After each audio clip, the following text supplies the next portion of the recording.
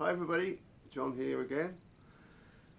Last year I made a video that I called that I'd struck gold, where I showed a stack of records that I'd bought from a newly discovered charity shop in my area, and well, long story short, I found quite a few records, obviously from the very same collection that someone had donated, and they were relatively well preserved records from the 50s and 60s, particularly sort of rock and roll style records. This lot I'm going to show now, the stack here, are just ones of a similar vein that have, either jumped out at me in the wild, or ones that I've sort of taken it upon myself to look into because I thought they looked really interesting. Sonny, shush. Sorry, my dog barking. Here we go. I'm going to jump right into this. Cool. So I'm going to start off by showing this particular record. This is Johnny and the Hurricanes. The album's called Stormsville. I think this is about the second or third album that they released. It's really fun. This sat in the shelves at my local British Heart Foundation shop for quite some time, and I flipped past it. It was probably there quite a few weeks.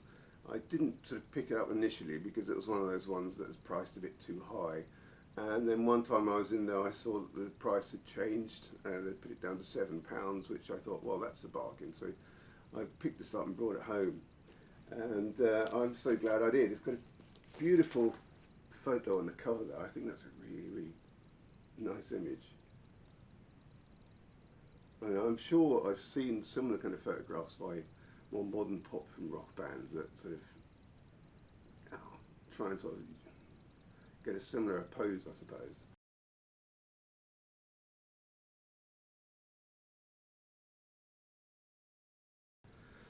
Nice picture on the back. So this is all instrumental, and well, I really like the velocity of this music. They really sort of let rip and put the foot down, pedal on the metal type thing in the style of their music. So I'm going to do a needle drop of this and see what you think.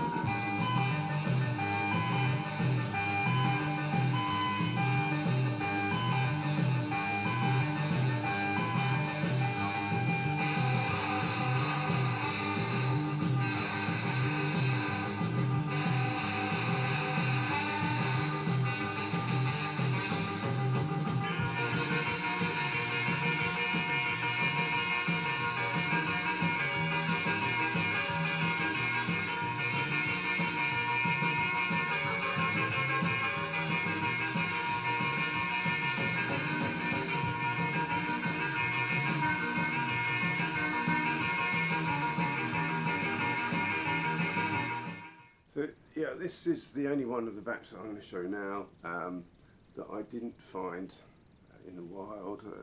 I actually looked this up and bought it from Discogs. I've just felt that, Chuck Berry needed to have a more of a sort of a represented space in my record collection. I've got a few records of his, I want to do comps and things, but there's nothing quite like learning to know the actual sort of real released records, is there? Now this was his third album. I looked into his catalogue and I thought, which are the more sort of iconic ones that I wanted to get? And this one really stuck out at me. It's the one with Johnny B. Good on it, as well as lots of other real sort of classics: Carol, Maybelline, Sweet Little Rock and Roller. And the thing is, I feel you know, he really sort of set the template for much of the real sort of rock music that's come along a bit later on. You know, you can't help but notice AC/DC really sort of follow the formula that Chuck Berry set, and in many ways, you know, bands like Status Quo, for example, is a very good example. And I just wanted to have that sort of secured in my collection, so I got it, and I'm really glad that I did get it. It's a brilliant record. On Chess,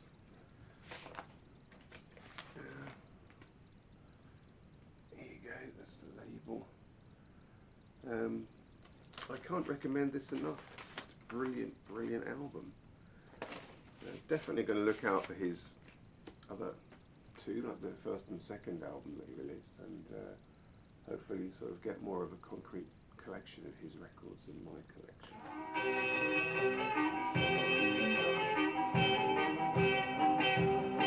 I got lumps in my throat when I saw it coming down the aisle. I got the wiggles in my knees when she looked at me and sweet smiled. There she is again, standing over by the record machine, looking like a model on the cover of a magazine. She's too cute to be a minute over 17. Meanwhile, I was thinking, she's in the mood, no need in breaking. I got a chance, I ought to take it. If she'll dance, we can make it. Come on, Queenie, let's shake it. Go, go, go, little Queenie. Here's a star that I thought I'd never show in my channel until I did it in the last rock and roll video that I made, and that is Cliff Richard. This is Cliff Richard and the Shadows. The album's called Me and My Shadow. You don't have to look hard for Cliff Richard records in charity shops in the UK, and a lot of them, you know, from the 80s and 70s and even 60s, to be honest with you, aren't anything that I'm ever really going to pay much attention to. But this is, I think it's his second album, second or third. Maybe it's his third album, but maybe his second one with the Shadows. I'm not really sure, but yeah, it's a great record to have. Good example of very, you know, early British rock and roll. On that beautiful racing green Columbia album label, and yeah, never say never, that's what I say. It sounds pretty good, and you know, I think he's at this stage in his career, I think he's still defensible. I'm gonna be your ever-loving man. Don't make me have to change my mind. Trouble's coming your way, you will find. You gotta leave the other guys behind. I'm gonna get you.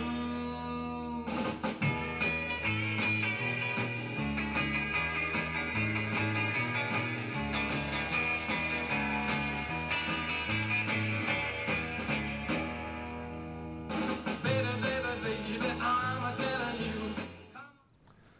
And at the same time as I found that, I found this record. This is the Shadows. I think, yeah, this came out in '61. So that Cliff Richard record came out in '60. This came out in '61, and I got two copies of this. First of all, I found this one, which is the mono. This was recorded at Abbey Road Studios, and you know, just look at that picture, just like the other picture that I showed earlier on. It's such a great band photo. And it's interesting, isn't it, how styles come and go and they come round. To be honest with you, that jumper that Hank Marvin's wearing in this, I'd quite happily wear that myself. I mean, they got things in next a bit like that even now. But if you'd have asked me in the 80s when I was teenager. I would have laughed at never, never dress anything like that. There you go. It is interesting how things change. But this is great, and as I understand it, when they recorded at Abbey Road Studios, they recorded each track, each musical track individually, and so I think it was a foregone conclusion that they were going to release the stereo mix as well at the same time. So two mono, and they got the stereo, and what they did was they seemed to sort of mix them at the same time, but purposely differently, so that it wasn't just a case of mixing the stereo version and then flattening it to make the mono. Instead, they did each one purposefully. I think that was probably quite unique in its time.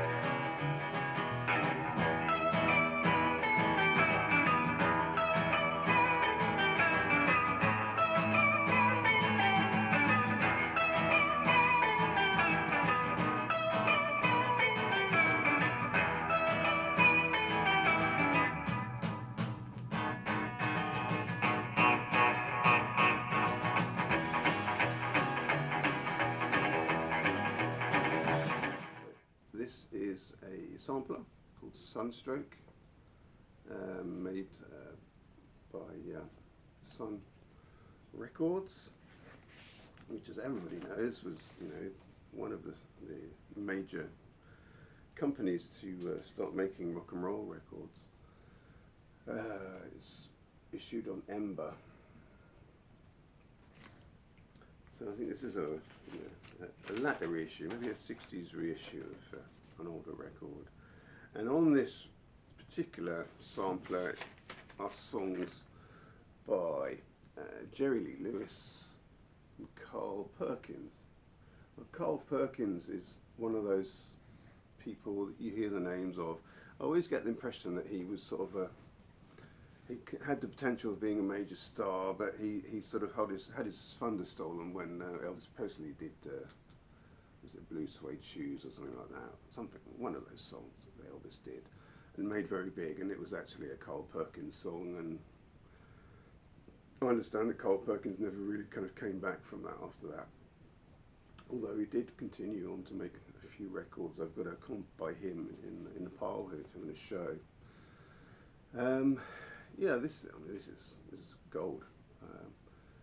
Bit more sort of, there's a bit more of a country feel to this, which I understand is, if I'm correct, I mean, hey, tell me if I'm wrong, it's sort of rockabilly, which is essentially rock and roll, but perhaps with more of a country tinge in it. I can't think of much more to say about this, but it's good stuff. Another interesting sampler is this one here. It's a bit unusual though. It's not RCA. So it's called Little Richard and Roy Orbison. Now, Little Richard, he actually had a very long history of being a recording artist, even before what they were calling rock and roll was rock and roll. The singles on here are ones that he made as early as sort of 1951, 1952, which were, I think in the time, they sort of called it jump blues. Um, it's sort of like a very early form of rock and roll, I suppose. And yeah, you can hear it's a slightly different sound for him.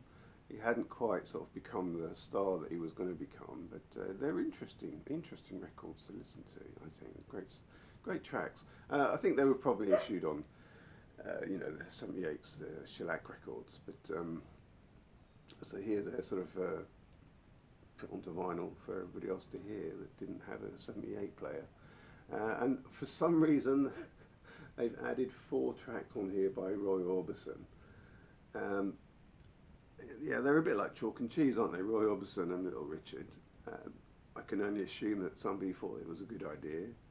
It might have been a better idea if they had been perhaps very early tracks of Roy Orbison, but they're not. They're actually '60s tracks, and they do. I don't know. It's a little bit jarring, I think, but well, it is what it is.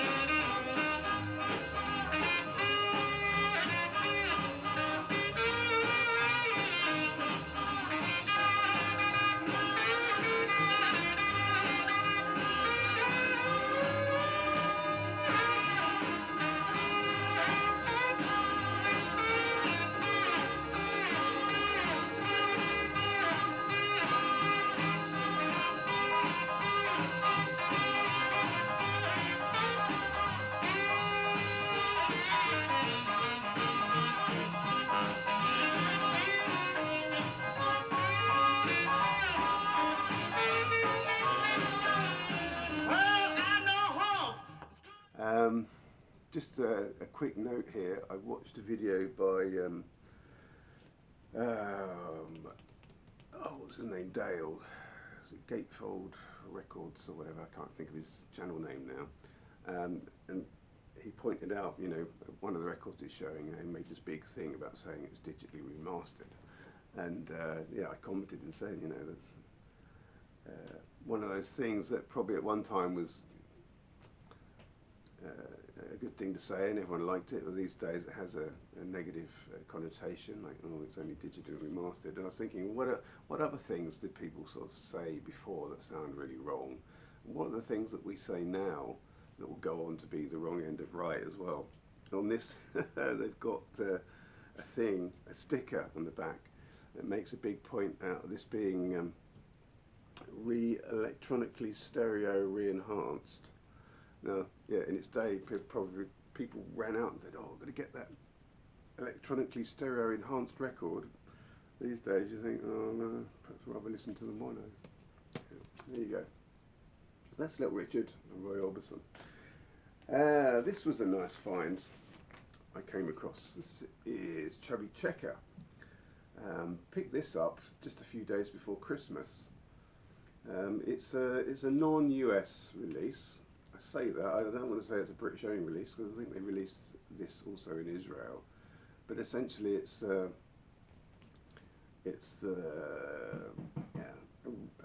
reissue of an American record that was called Let's Twist Along with Chubby or something like that. It had a different cover, but it's the same track listing. Yeah, everybody knows Let's Twist Again by Chubby Checker and all this sort of thing, but not everybody else knows his other tracks, from which he had lots.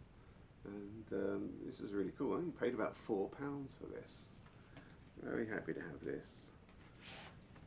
Again, it's on that beautiful green, deep green Columbia record label.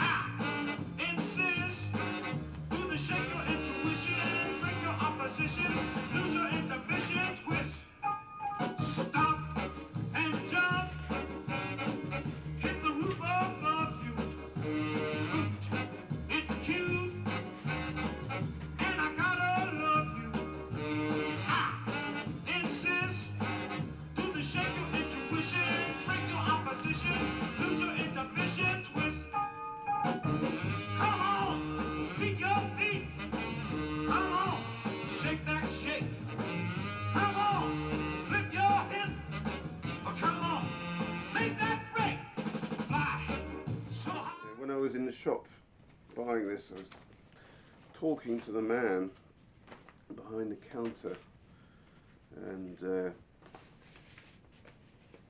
it was quite nice to sort of tell him, because there was another record there that I got at the same time, this one by Fats Domino. It was interesting to tell him that yeah, Chubby Checker decided on his name because he was a fan of Fats Domino, and he wanted a similar kind of name, so he had a similar idea. Rather than Fats Domino, I'll be Chubby as in fat, and Checker as in domino. Chubby Checker, Fats Domino. There you go. So I got this. This was released in '65. This guy was really, really popular in his day, Fats Domino. He had some fantastic. This is another person I'm going to have to actually look out and see if I can get hold of some of the actual original first albums. But he was really, really popular, had a great big star, but then by the end of the '60s, his popularity started to fall, and his recording contract finished with one company, and he started with another, and it didn't last long. He just wasn't getting any hits anymore. But this is a live album, recorded in '65 in Las Vegas. And what I find quite interesting about this is that, you know, you listen to live albums by more modern bands, even bands in the '60s and '70s and that, and the whole idea of this like concert, a gig sort of thing, where, you know, there's an interaction with the band and all this sort of stuff. You take that for granted, and that's what a live concert was. But listening to this, I was hoping for a bit of this, what you'd expect from a live concert recording, but instead it sounds much more like just a recording of a cabaret act, you know. It's almost, I can almost imagine people getting up from sitting around their tables and having a bit of a dance to this. It doesn't feel like he's sort of, you know, woo, welcome to my show, this kind of stuff. It's not, it's come on, trot it out onto the stage, plays his piano, plays his hits, and that's about it. So, I don't know, it's a bit dull. I'm going to hang on to it, and like I said, I want to try and get hold of some of his actual early albums, but not the greatest record, I don't think, in my collection. Just going to quickly flash this. This is a Carl Perkins compilation, nothing particularly great. I mean, the songs are good, don't get me wrong there. Yeah, he's got blue suede shoes on here, which is obviously his own sort of hit that he had that got sort of stolen by Elvis Presley. But there's a few other tracks on here that are of interest, but it's only just a, you know, in a reissue on Embassy. And this one, this is Orbisons by Roy Orbison. What can I tell you? I think this is Roy Orbison's 7th album. This was I think like a contractual type thing. He's made re-recordings of some of his hits, like Oh Pretty Woman. What else? He made another recording of one of his other big hits. I can't remember which one. And there's a few sort of B-sides, and, you know, that type of record that was sort of just crammed together with pieces because he needed to get one out. He owed it to his former recording company. But there you go. So that's that. It's not a bad record. Probably not the best Roy Orbison record, though, to be honest with you. And last but not least, this is a real gem. And this is something, and it's a pretty poor shape, but I feel I probably ought to get a better condition one of these. So this is Elvis the Sun Sessions, and it's his first recordings that he ever made at Sun Studio. Some are better than others. I mean, it's an interesting record. There's lots of documentation, lots to read on the back. But what I like about some of the tracks on here are they're really sort of basic and stripped back, you know. There's a tendency on a lot of these rock and roll records to really turn up the reverb, which is, you know, it kind of has its own charm, doesn't it, sometimes. But there's a couple of tracks on here, at least, that it seems to be, yeah, without any of these sort of bells and whistles that were popular at the time. It's just sort of a real sort of simple, flat recording of Elvis and you know, acoustic guitar, bass, and snare drum. And they just sound exquisite. They really do. Some of these tracks on here are so good. It's like it will be hard for me just to do a simple needle drop. So I think I might actually see if I can play a whole track and use it as maybe the play out song on the video. Stick with it and listen to it, because it really is. It's an experience just to hear it. It's really nice, and you can imagine the magic that people must have heard when they sort of when this was first issued. Anyway, so that's my records that I'm going to show for this video. Hope that was mildly interesting. Call out to Simon, Vinyl Dale, and his search for the Vinyl Grail, and Bill up in Scotland, who I know likes a bit of 50s music too. Okay, check out my next video. Thanks very much. Bye. Well, that's because you think you're so pretty, and just because your mama thinks you're hot. Well, just because you think you got something that no other girl has got, you cause me to spend all of my money. You're laughing to call me old Santa Claus. Well, I'm telling you, baby, I'm through with you, because, well, we'll just be because.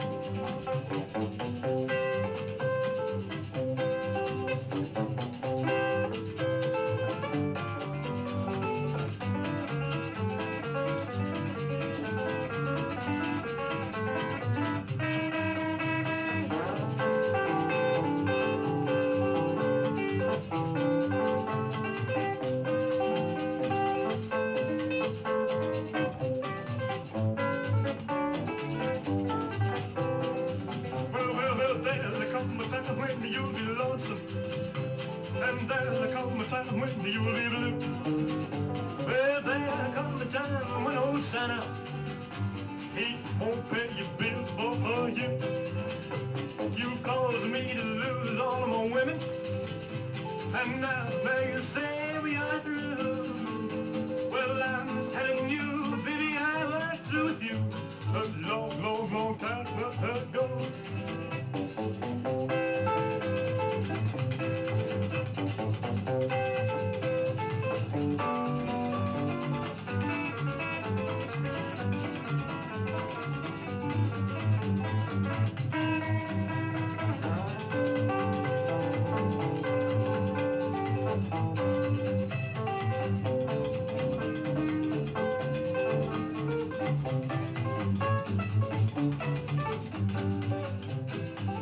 Well, just because you think you're so pretty, and just because your mama thinks you're the hottest thing in town. Well, just because you think you got something that nobody else has got, you cause me to spend all of my money.